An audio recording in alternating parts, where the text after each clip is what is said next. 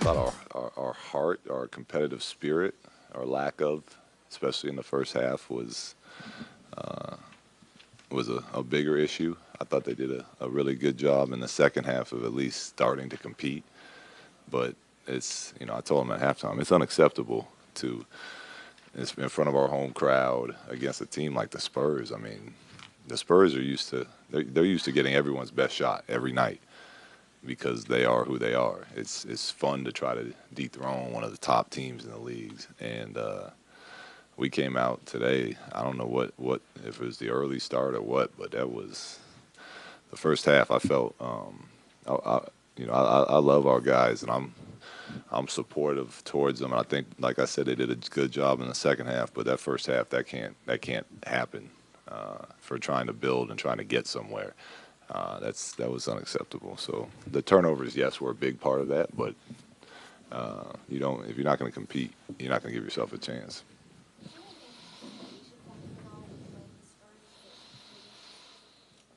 Um, I don't think so. There shouldn't be. They're in this league. We're in this league now.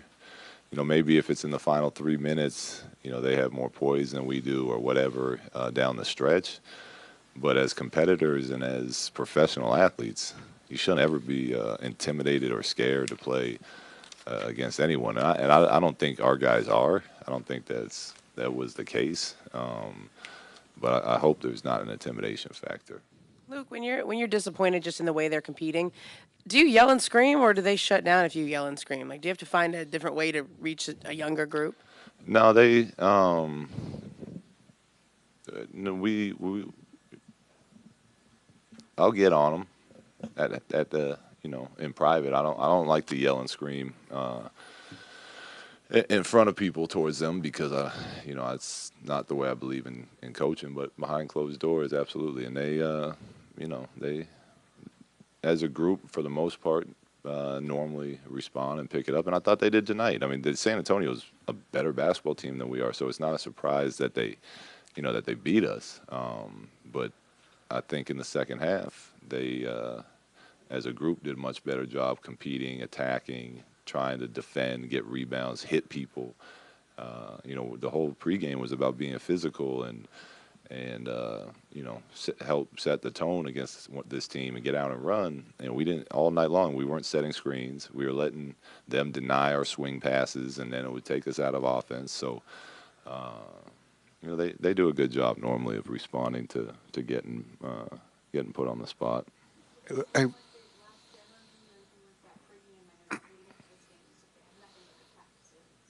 Yeah, it did. I said it before the game started. It felt a little dead in the locker room. So, it's yeah. Again, I don't know why the 12:30 start. Maybe we're not used to it, but it's a 12:30 start for the other team too. And we should be younger and have fresher legs than them. So that shouldn't be the problem. hey, Luke, what determines when you think it's a good time to get on the guys, and was today's game one of those times? Yeah, absolutely. Um, we can live with mistakes. There's some things you can't live with, and that's effort and competing. Luke, with Ingram's offense tonight, was he getting better spots and getting better shots, or was he just making them as opposed to sort of prior I games? mean, it looked like to me he was shooting them with more confidence. So, he was catching, attacking on the go. Obviously, I thought he did a decent job on Kawhi early. Kawhi was just hitting shots, but that's what he does. And I was proud of Brandon for not. You give up however many he gave up in the first quarter as a rookie, you could kind of be a little shell shocked when you got back in. And I thought Brandon did a great job of staying engaged and then embracing that challenge and really stepping his own game up. And I thought one of the few bright spots tonight was the way that Brandon played out there.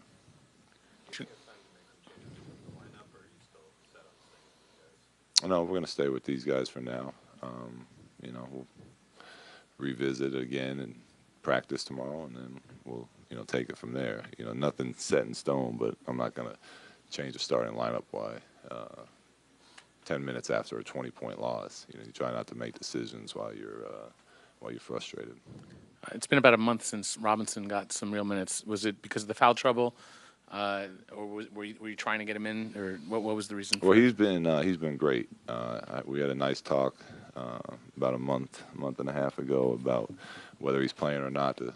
His professionalism and the way he earned his spot on this team. And since then, he's been coming in every single day early, working. We had a 10 a.m. flight out to Oklahoma City. I was in the gym at 8, and he was there working out already. So he's been putting that work in and playing great in practice. And I felt like we needed some energy. And we know no matter what the game looks like, if we put Thomas Robinson in there, he's gonna give us that. He's gonna give us that effort. And it was nice to be able to reward him for the work he's been putting in.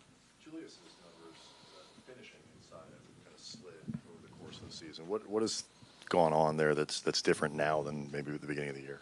His numbers what? Finishing inside, traffic around the basket, things like that. Yeah, I'm not sure. I know Julius is trying. We're trying to, put some mindfulness behind the way that we're getting things done, and he's great as far as looking to accept that. And I think sometimes that might get in his head a little bit. Because when you're playing the game, you really want to just rely on instincts. But we're constantly coaching and practice and film session and pointing stuff out that that we see and we want them to do. And I think maybe sometimes instead of just reacting to what happens, that might be in his head as far as trying to do the right thing. But that would be my best guess. But I thought Julius was good in the third quarter today as far as how hard he was playing and going after rebounds and pushing it.